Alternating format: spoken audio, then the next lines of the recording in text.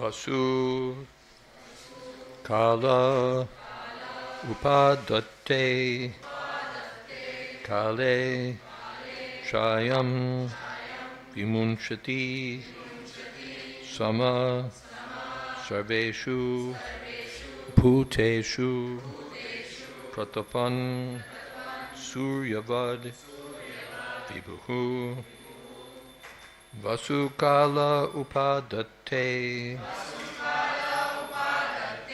Kale Chayam Vimunchati Sama Sarveshu Bhuteshu Pratapan Suryavad Vibhuhu.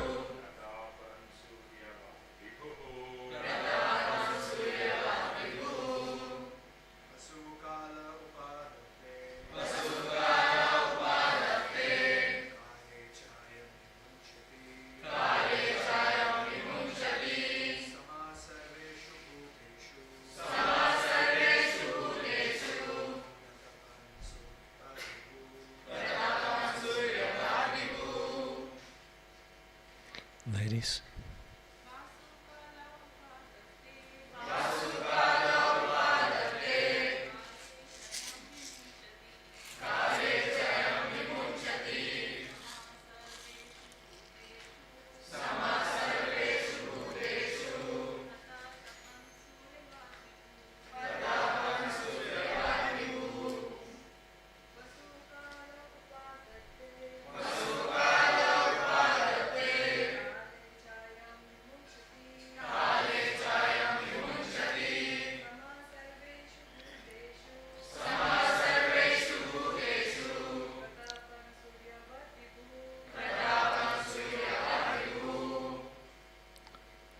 Vasu, riches, Kale, in due course of time, Upadate, exacts, Kale, in due course of time, Cha, also, Ayam, this, King Prithu, Vimunchati, returns, Samaha, equal, Sarveshu, to all, Bhuteshu, living entities, Pratapan, shining, Suryavat, like the sun god, Vibhuhu, powerful.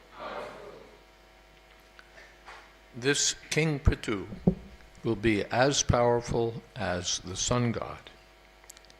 And just as the sun god equally distributes his sunshine to everyone, King Prithu will distribute his mercy equally. Similarly, just as the sun god evaporates water for 8 months, and during the rainy season returns it profusely, this king will also exact taxes from the citizens and return these monies in times of need. Purport. The process of tax exaction is very nicely explained in this verse. Tax exaction is not meant for the sense gratification of the so-called administrative heads. Tax revenues should be distributed to the citizens in times of need, during emergencies such as famine or flood. tax revenues should never be distributed amongst governmental servants in the form of high salaries and various other allowances. In Kali Yuga, however, the position of the citizens is very horrible because taxes are exacted in so many forms and are spent for the personal comforts of the administrators. The example of the sun in this verse is very appropriate. The sun is many millions of miles away from the earth, and although the sun does not actually touch the earth, it manages to distribute land all over the planet by exacting water from the oceans and seas. And it also manages to make that land fertile by distributing water during the rainy season. As an ideal king, King Prithu would execute all this business in the village and state as expertly as the sun.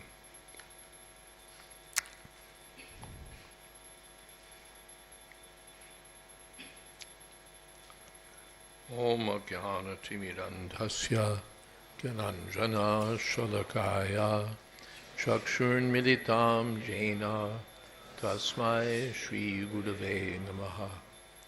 Shri Chaitanya Manopistam Stapitam Jena Bhutale Shrayam Rupakoda Mahyam Tathati Shapadantikam Vandehang Shri Guru Shri Jatapadakamalang Shri Gurun Vaishnavamscha Shri Rupam Shagrajatam Sahagana Raghunathan Vitam Stam Sajivam Sadvaitam.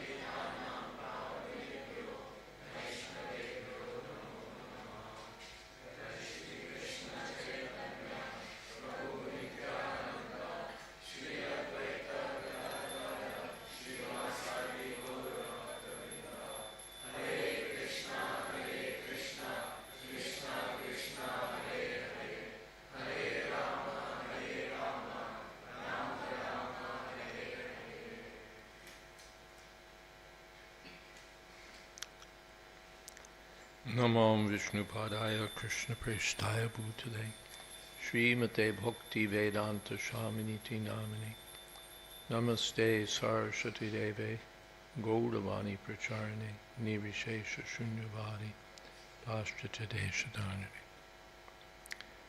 Pasukala Upadate Kale Chayam Vimunchati Samasarveshu Bhuteshu Pratapan Suryavad Vibhuhu.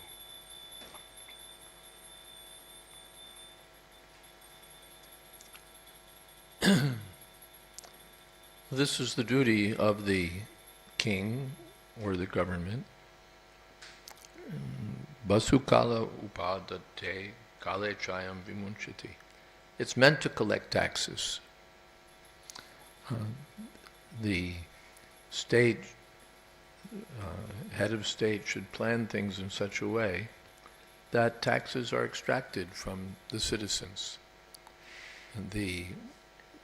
In order to provide welfare for the citizens, the state requires roads, requires protection, police, requires water works, electrical works.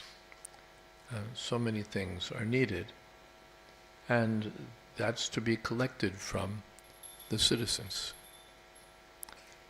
Apart from that, there'll be times when emergency expenditure is needed or seasonal expenditure. And so the government has to plan for that.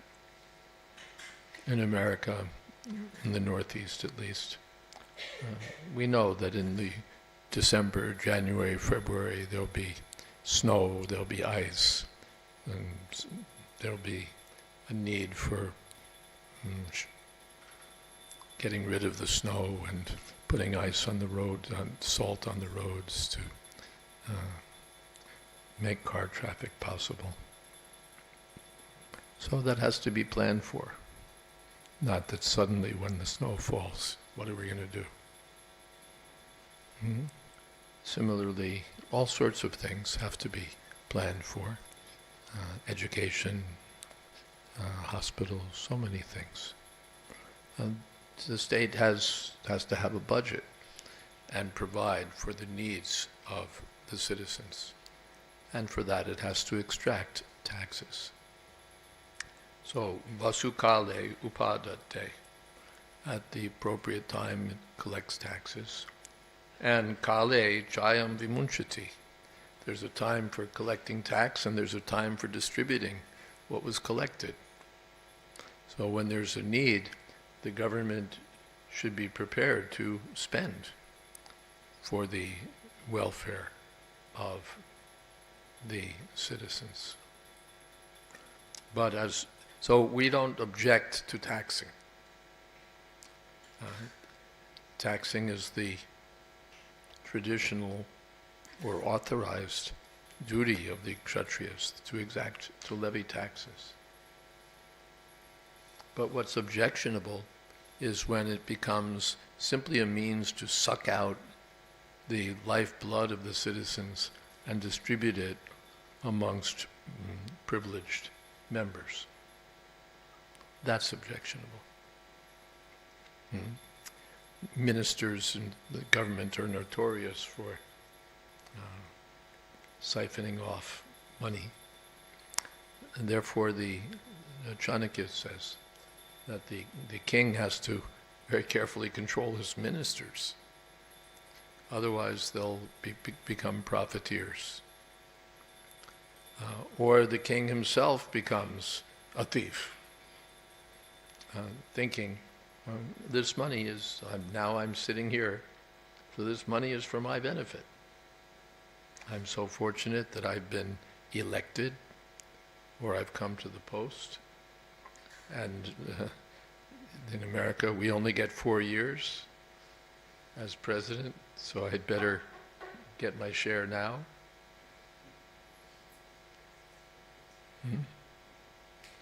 And those who came with him, we're only going to be here a short time, we better scoop up as much as we can. Then the next team comes in and they do the same thing. Or in other governments, they stay on and suck up the revenue and use it for sense gratification. This is a transgression of duty, and it's most objectionable. We have one devotee in Dubai. He's an engineer, and the ruler came one day to a meeting and said that such and such day is my birthday, and so many years from now, however many, 3 or 4, I want to have a metro completed. I want to be able to sit down and ride on the car. And from that time on, everything fell into place. If there was a need for steel, the steel was provided. If there was a need for permits, the permits were provided. If there was a need for machines, the machines were there. Whatever they needed. And that many years later, the metro was ready, the king sat, and the project was completed.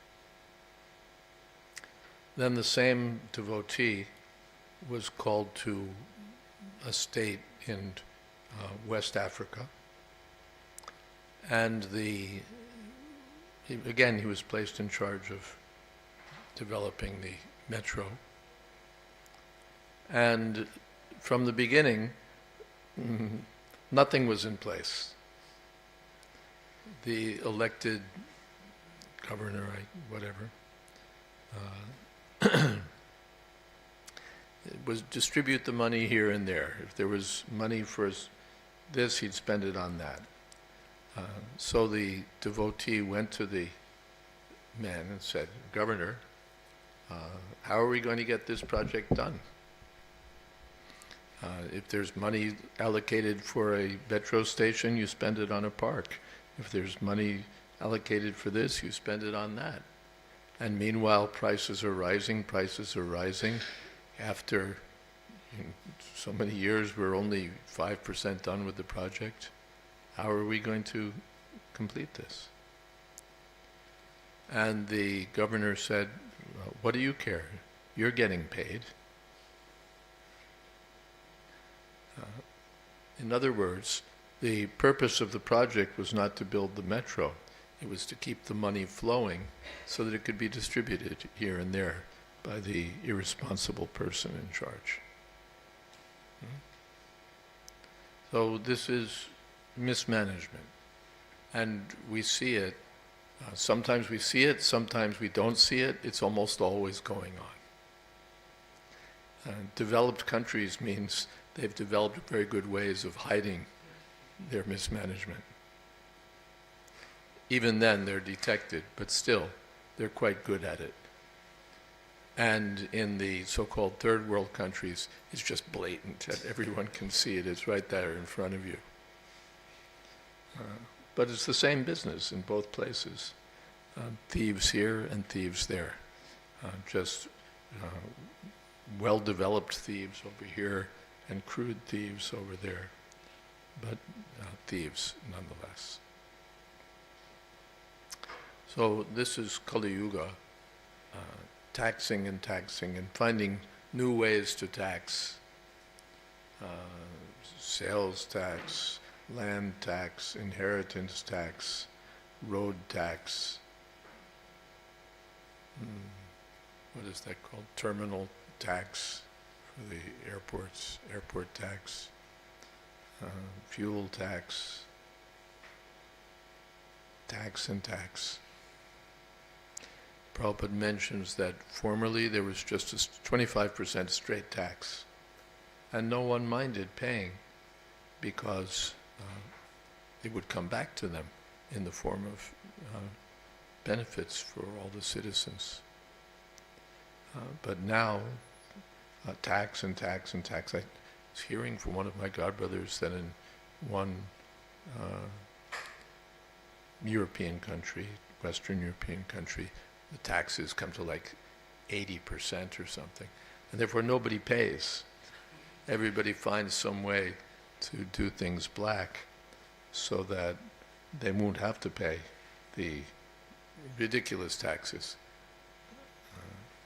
I suppose the government knows that we're going to lose 30%, so we have to boost it to 80%, whatever it is.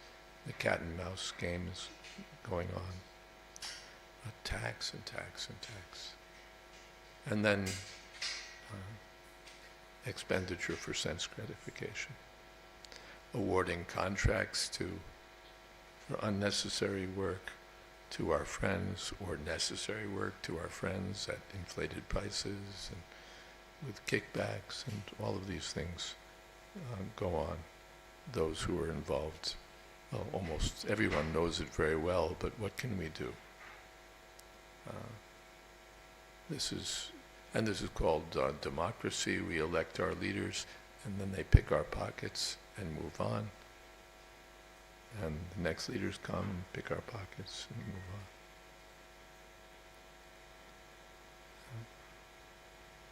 But Prithu Maharaj, just see the contrast. It was a responsible ruler, a Krishna conscious ruler. Why should I act contrary to my prescribed duty. On behalf of the Supreme Personality of Godhead, I have some duty to perform. So I should perform that duty. It's not my duty to accumulate money for sense gratification. It's Krishna's money. It has to be distributed sarvabhuteshu, to all living beings. That means not only the human beings are to be protected, but the animals, the trees, all the fish, all the living beings. Not that we spend the state money to open chicken farms and slaughterhouses or to promote these things. No. It's not that the state is not a business that raises money this way, that way, or the other way at the cost of the citizens. No, it's for the benefit of the citizens. And its purpose is not just to boost the GNP, but to enable the citizens to live happily, meet their material needs, and advance in Krishna consciousness, and fulfill the ultimate purpose of life. The king fulfills his purpose by acting in Krishna consciousness, and the citizens follow and fulfill their purpose by acting in Krishna consciousness. Sama sarveshu bhuteshu.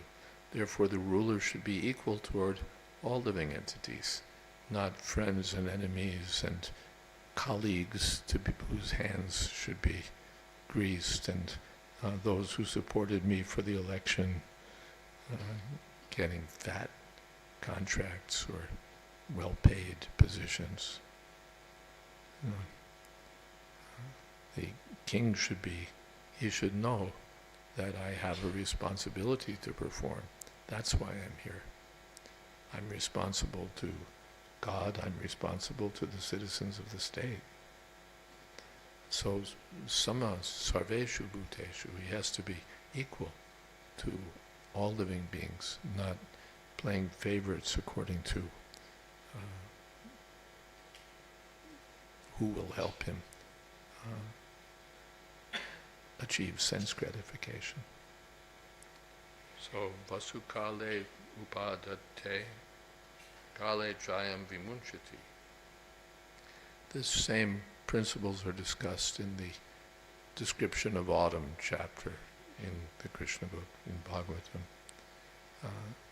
When the description of autumn is there, how the sun extracts water in the hot season and distributes water in the rainy season.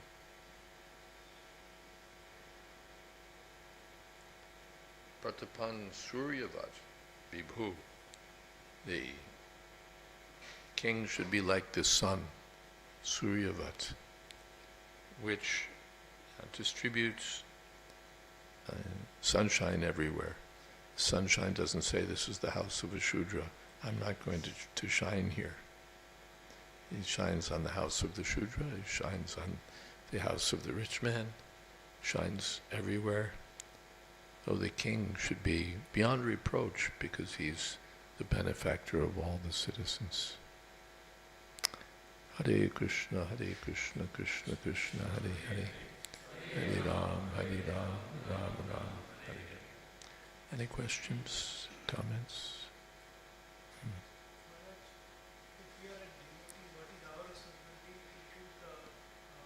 If we're devotees, what is our duty, our responsibility, that now we are getting all the leaders who are electing in the election, so they are all not appropriate. But we have only option to choose A or B.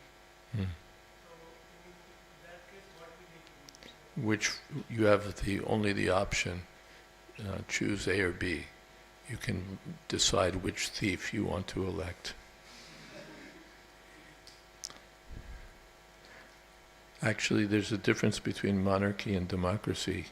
I can tell a story. I was on a train one time in India, and the fellow sitting next to me happened to be a Saudi. He was doing some business in India. Nice man. So we got to talking, and it happened to be an election year in America. So the man said to me, he said, you know, our system of government is better than your system of government. He said, every 4 years you hold this big circus and you spend so much money and you make so much noise, and you just elect another thief. He said, our system is better. We keep the same thief.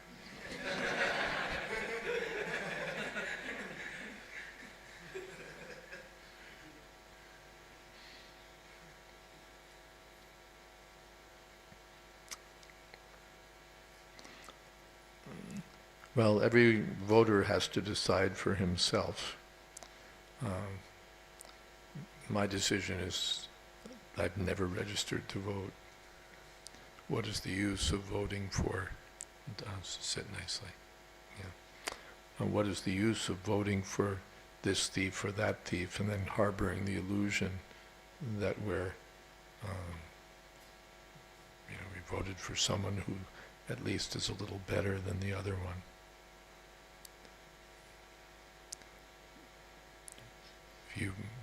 Anyway, I won't tell you how to vote, but I haven't voted ever.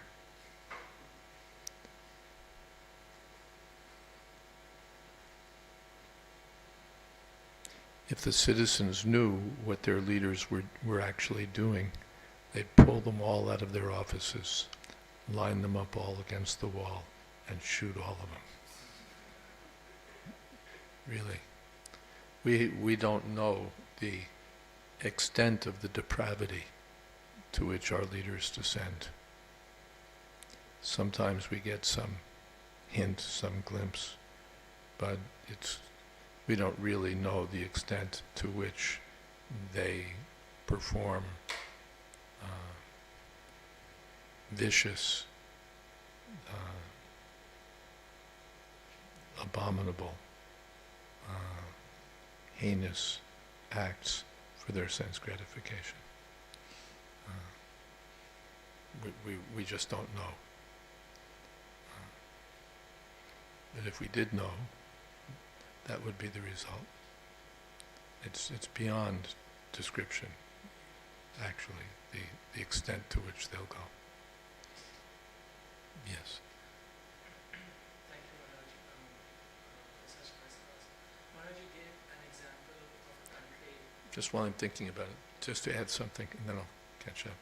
Prabhupada wrote in one purport, and he said it in a conversation also. He said, for their sense gratification, they'll do anything. And then he said it again, they'll do anything.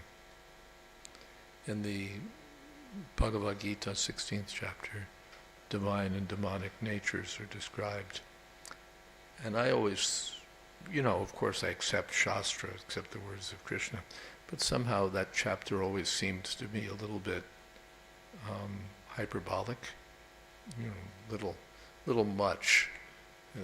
The demons are kind of like, the Indian movies where the demons are, ha ha ha,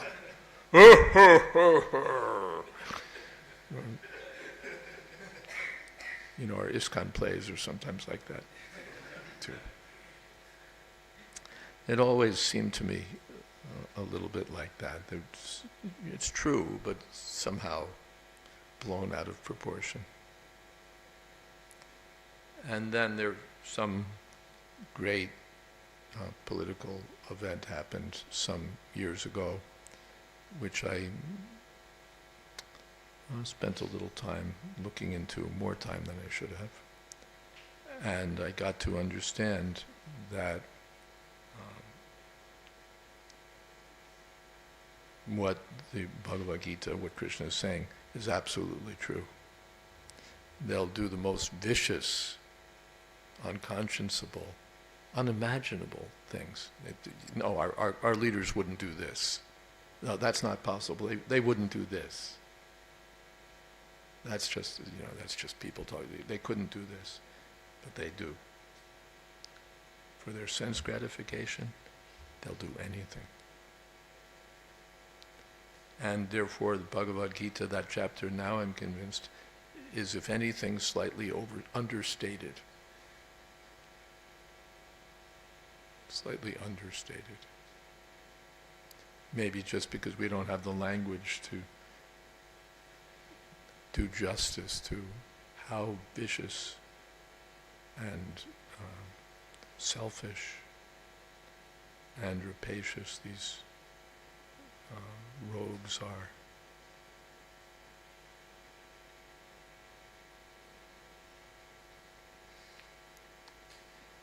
I've sometimes said that if I were to do a Prahlad play, if I were to stage a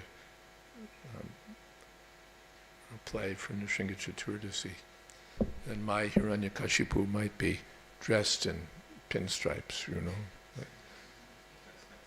like a banker or a businessman.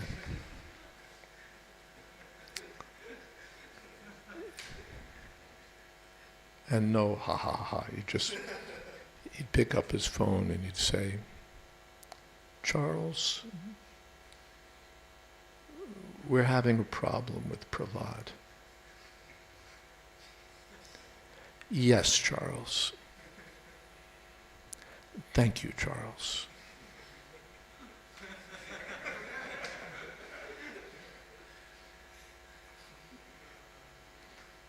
That's how it's done.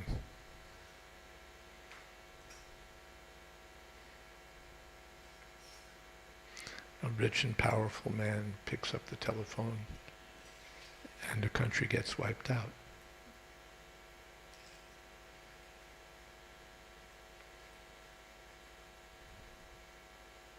Yes. Thank you, Maharaj. Maharaj, in your class you gave an example that there was a country which was charging 80% tax rate and people were sort of trying to avoid taxes. So Maharaj, I can also potentially have the tendency, even in Australia, to sort of try and underreport my taxable income, try and say minimize my taxes. But my question is, Maharaj, as practicing devotees, we're not necessarily trying to sort of misuse that money. So, in your view, do you think that is one should not do that? There are two things, tax avoidance and tax evasion. Tax avoidance is legal and sort of almost one's duty. Tax avoidance, and of course the laws are made in such a way that the super wealthy have various vehicles for avoiding, various avenues for avoiding tax. They can afford the expensive lawyers who can do the needful so that they'll pay the absolute lowest possible rate and keep as much as they can without doing anything illegal. And of course they also do illegal things, but put the two together.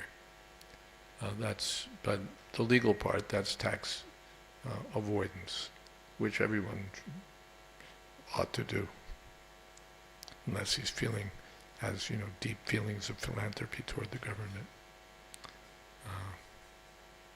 Tax evasion is criminal. We break the law to avoid taxes. So, as a general principle, one should do everything possible to avoid tax, but not try to evade tax. In Chaitanya Mahaprabhu's pastimes, one of the sons of Bhavananda Roy, Gopinath Patanayak, the brother of Ramananda Roy, got into an argument, or got in the bad books of the prince, because there was some back and forth, political dealings. Anyway, Gopinath Patanayak was in charge of collecting taxes. And the prince wanted one of the horses of one or more of the horses that Gopinath Patanayak had. And so he wanted to get them at like some ridiculously low price by political influence. So he was pushing for that. And Gopinath Patanayak wasn't taking it. And the prince had a particular kind of tic. He would, his neck would turn while he was speaking, and he would, like that. So the prince was arguing about these horses, and these are useless horses anyway. And Gopinath Patanayak said, well, at least they don't look up into the sky. That was a rash thing to say. But later, the prince discovered that Gopinath Patanayak was skimming money. He was collecting the taxes, but remitting to the state treasury the proper amount minus a larger cut than he was entitled to. So this was the prince's chance. So he ordered that Gopinath Patanayak should be executed. There was a device for that, just as there's a guillotine, and there's something called a changa, which was essentially a platform with a trapdoor beneath it, or trapdoor in it, and swords planted beneath, so that when the door opens, you fall on the swords and you're finished. That was the changa.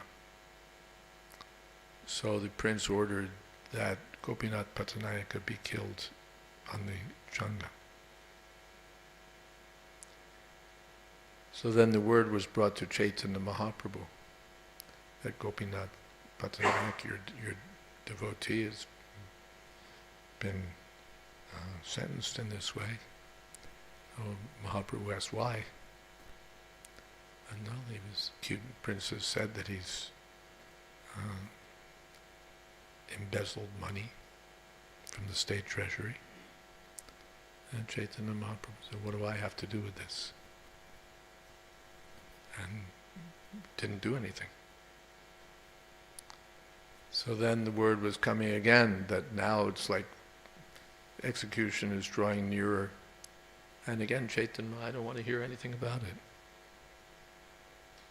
He's stolen money from the state. Why should I intervene? Then again, now he's being brought to the Changa itself. If you don't do something, he'll be killed. No, if I hear about this once more, I'm leaving.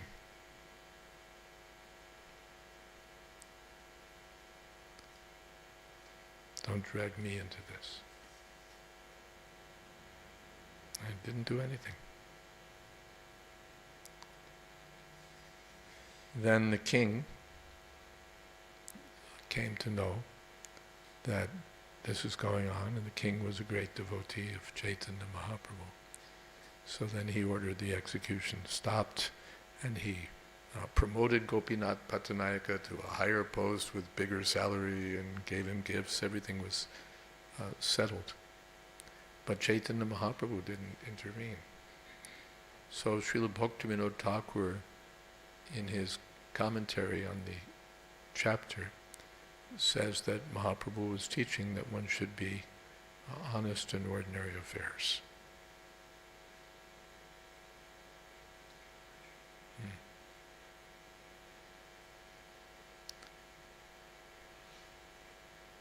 I know some devotees who were so vigorous in hiding their income that they wound up with less money than the people who reported the proper amounts, because the laws were actually made in such a way that people who were situated as they were would actually get something back, get something more.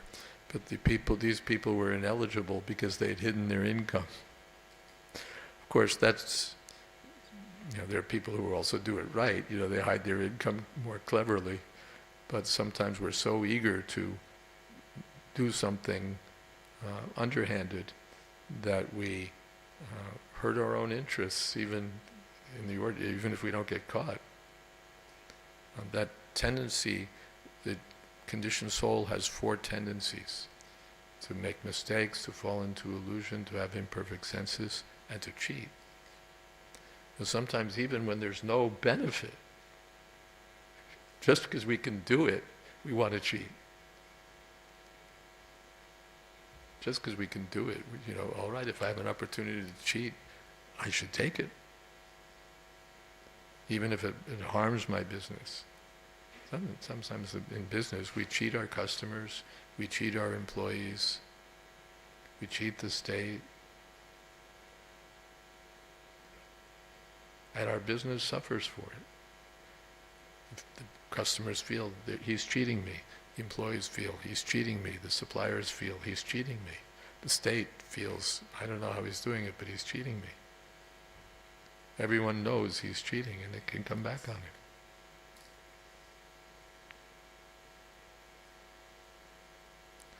So there's a principle in nectar devotion: one should be straightforward in ordinary dealings.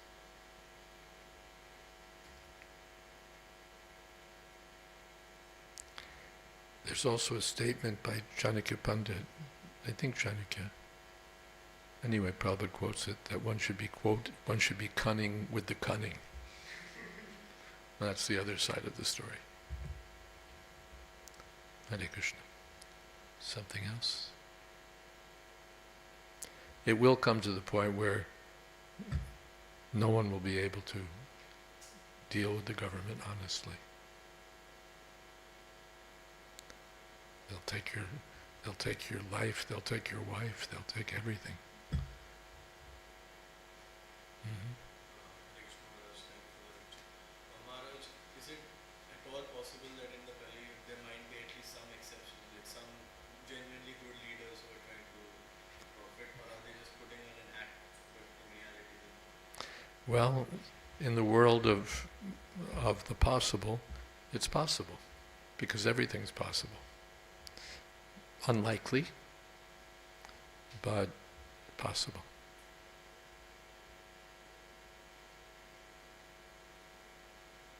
Prabhupada, there can be good leaders, but it's very hard to be a good leader. Some political commentators said that anyone who's done what it takes to become the candidate for president from a respected political party should automatically be disqualified. Anyone who's done what it takes to become the candidate from a major political party should automatically be disqualified from running for office.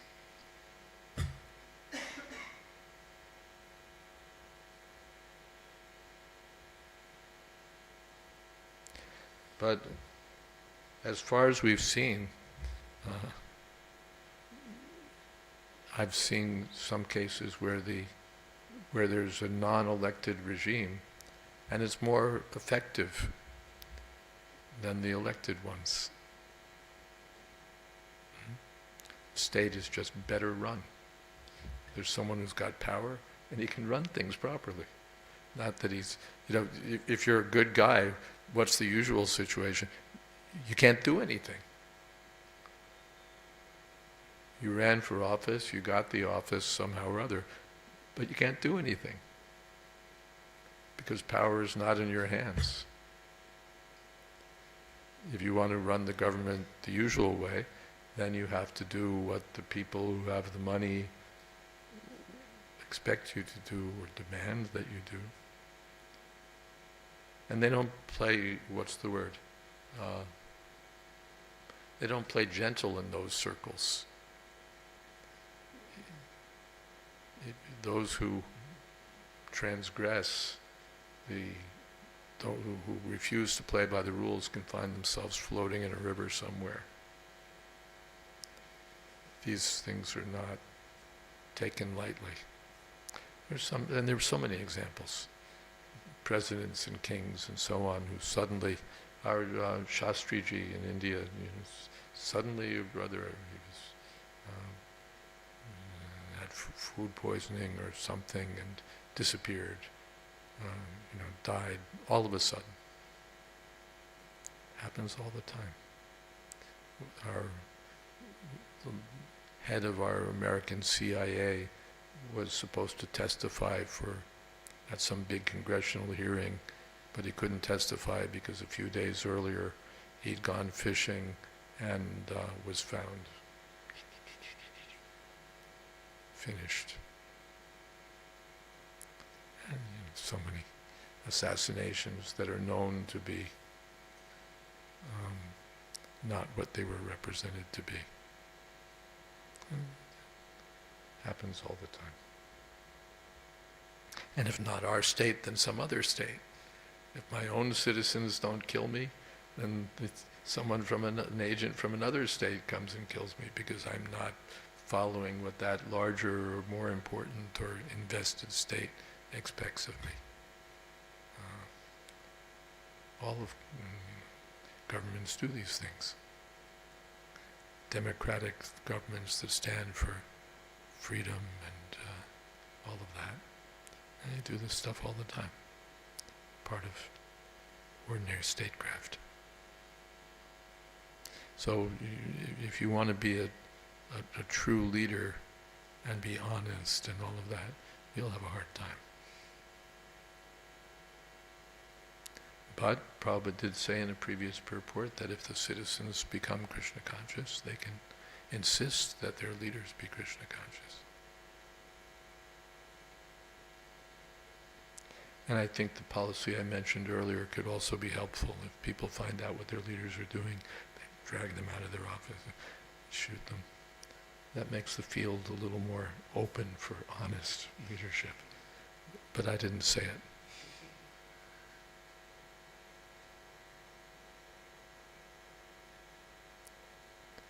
I am not advocating that anyone do anything illegal. It went on the camera, right?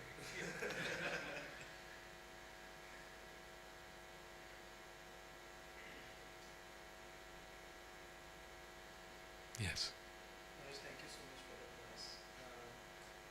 Maharaj, the age of Kali Yuga, as stated in the Shastra, 432,000 years. We are nearly 5,000 years into it. But the way the whole degradation is progressing, it doesn't seem like the humanity can last more than a few decades. So They're becoming more and more degraded. 432,000 years, we're only 5,000 years in, and it's almost unimaginable to, or would have been almost imaginable to our grandfathers, say, how low things have gone. That abortion would be a common medical procedure. Who could have imagined that? Who would imagine that our university, in the early days, the universities, you had to be celibate to be a professor at Oxford.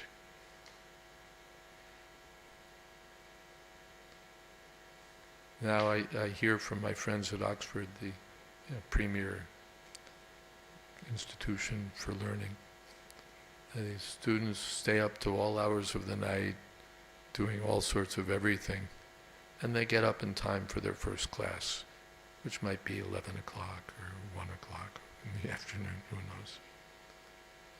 These are our students. Brahmachari Guru Kule Vasantanta Gururitan. Real education means austerity, and you're taught to get up early in the morning before sunrise, and we're taught to live like, what's the word? Menial servants of the Guru. And today's students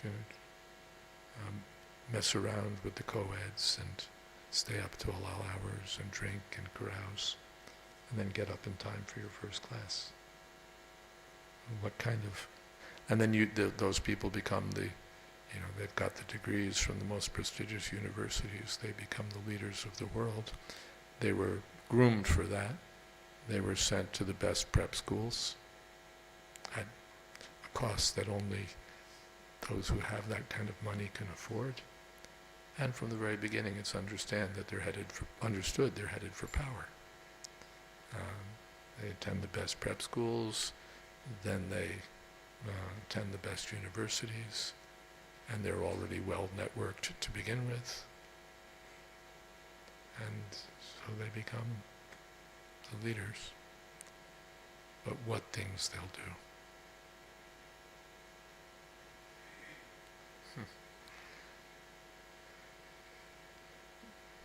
20 years ago, people were reasonably certain whether they were boys or whether they were girls.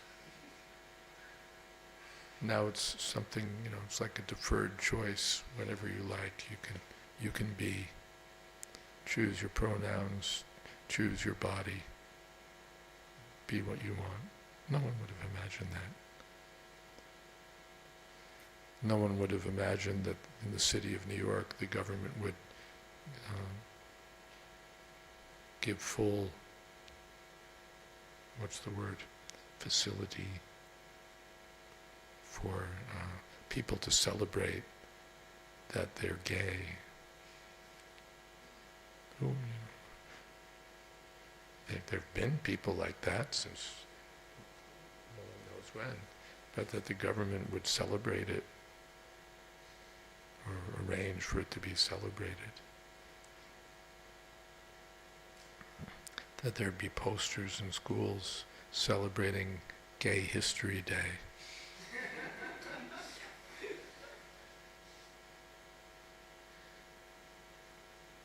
We laugh, but I saw such a poster in an ISKCON school. They, subject to the state laws, and although it wasn't a law, we have to sort of go with expectations.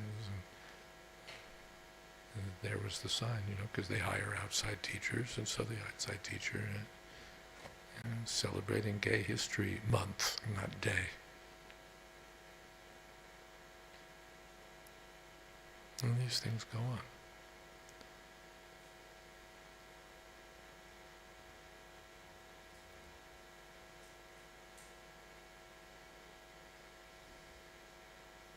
I have my own predictions about some of the next things that we'll see, but I probably shouldn't talk about it in Bhagavatam class.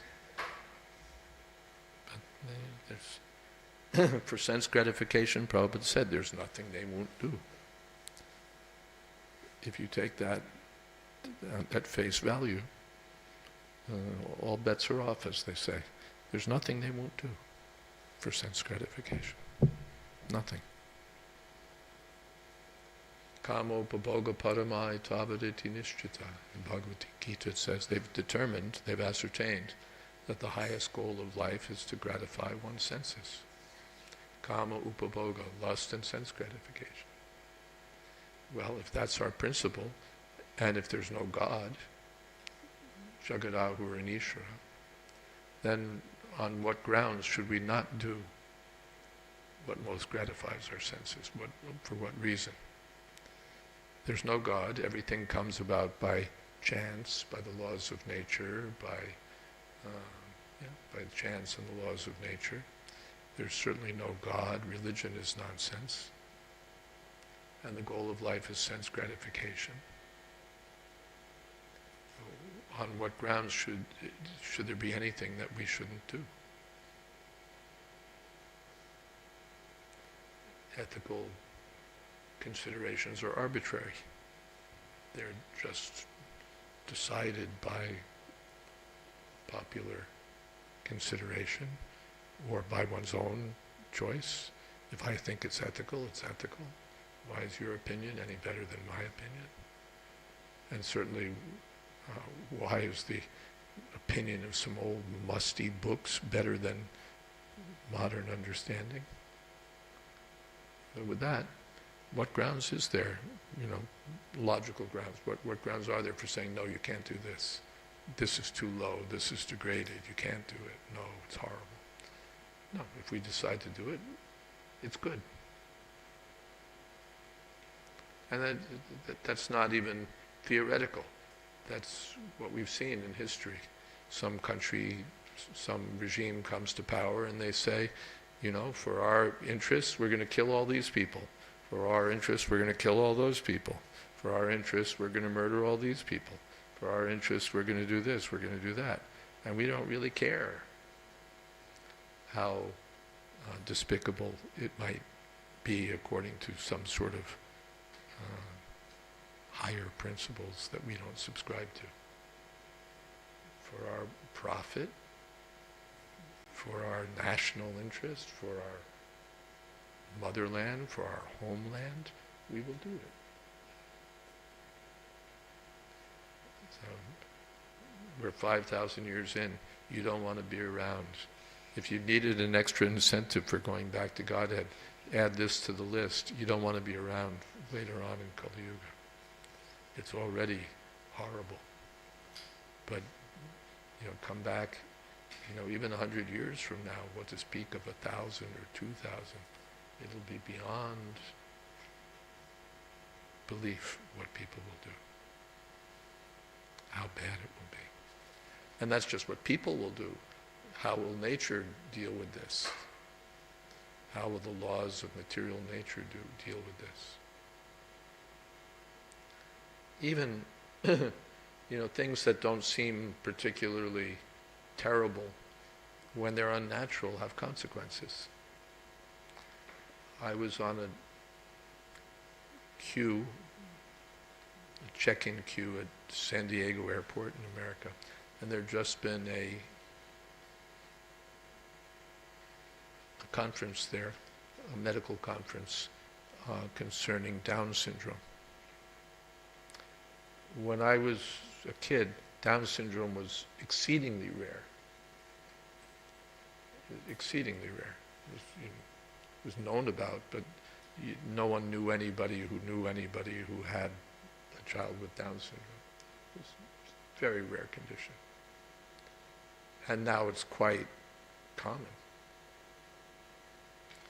So the conference was there, it had been completed, and some of the people on the queue were parents of children with Down syndrome.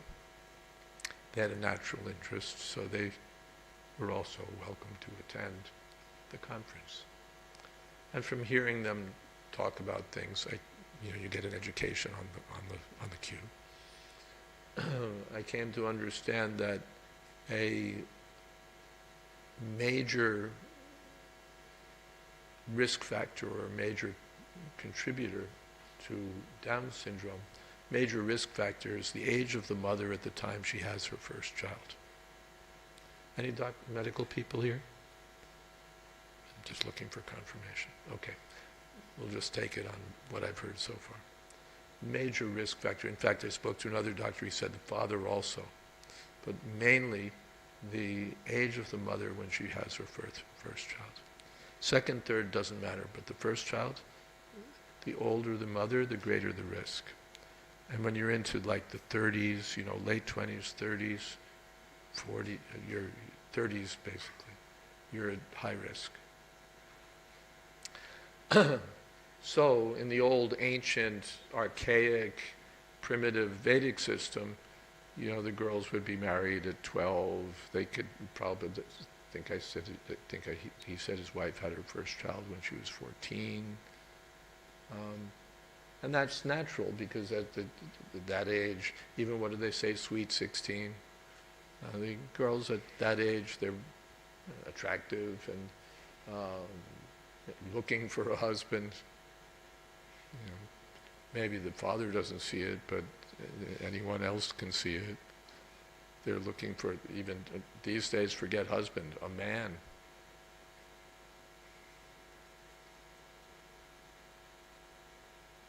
But our priorities have changed. So the first most important thing for a girl is not at all to have a husband.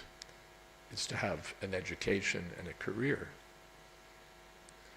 And so we send her to the university where she'll remain chaste and as chaste as ice till she's 26. And then we'll think about the possibility that perhaps she should get married, which will now be her own business. because you can't tell a 26-year-old girl, who she ought to marry. And she'll have her first child 28, 30, 35.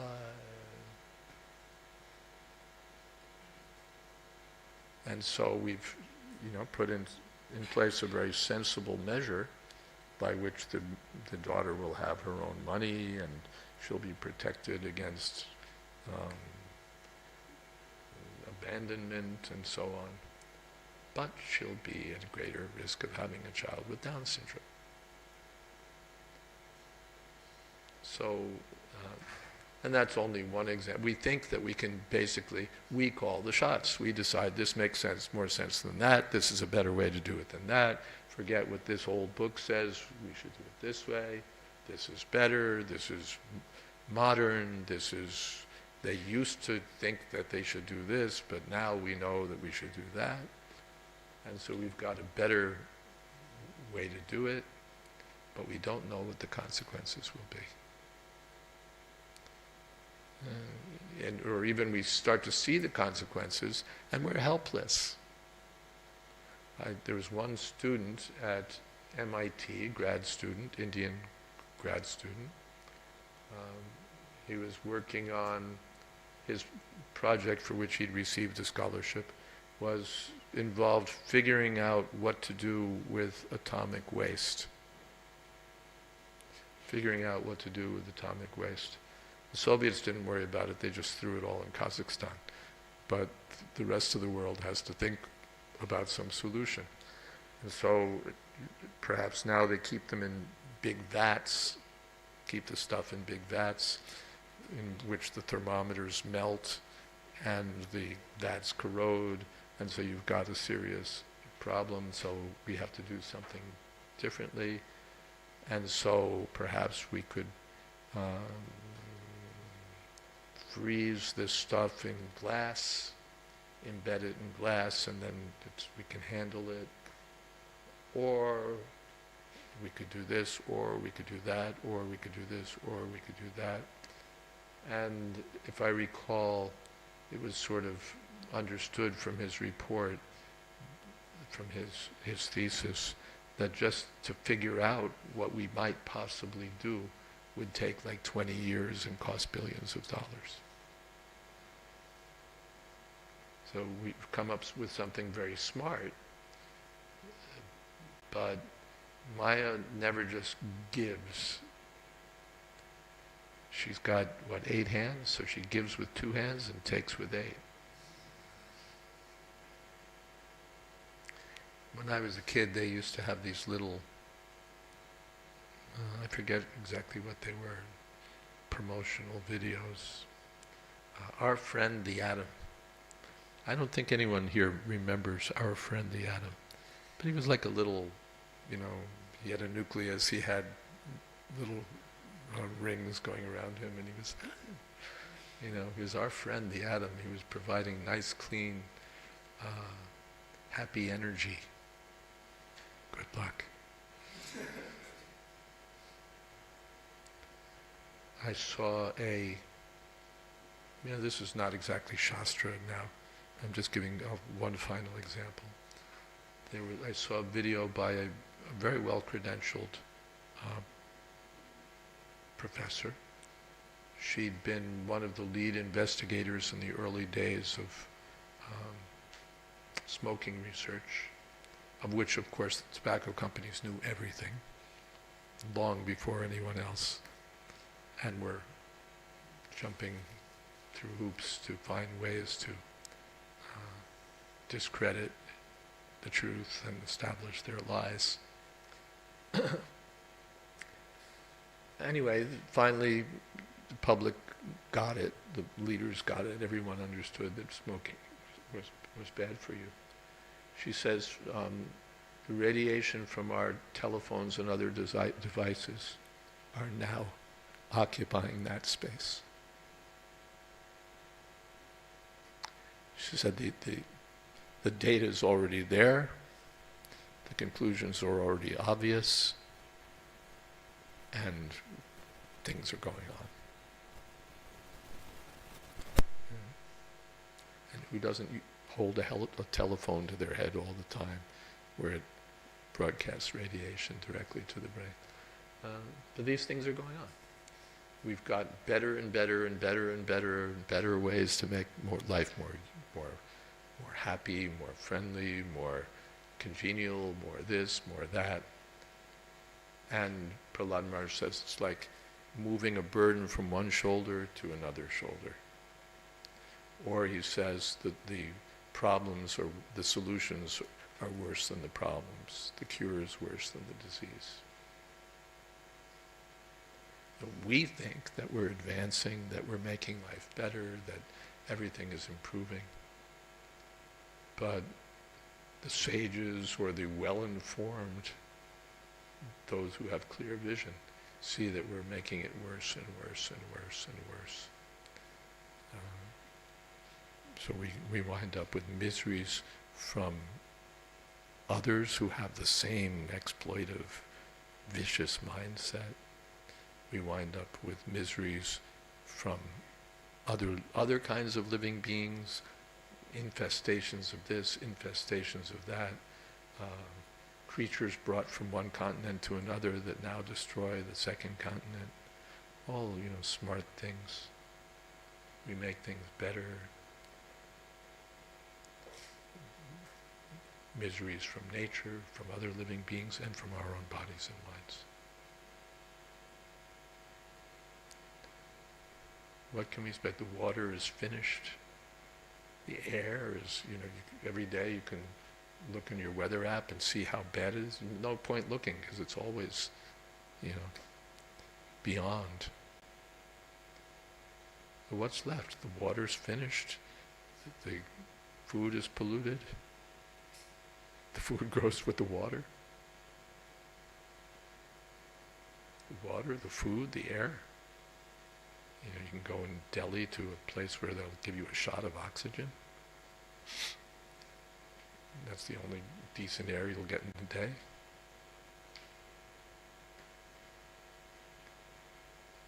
So rightly you've said what it will be even 100 years from now,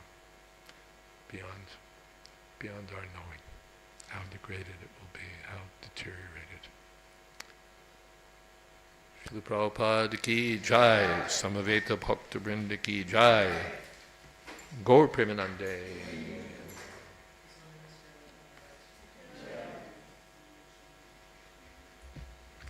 The conclusion is, get out and go back to Godhead.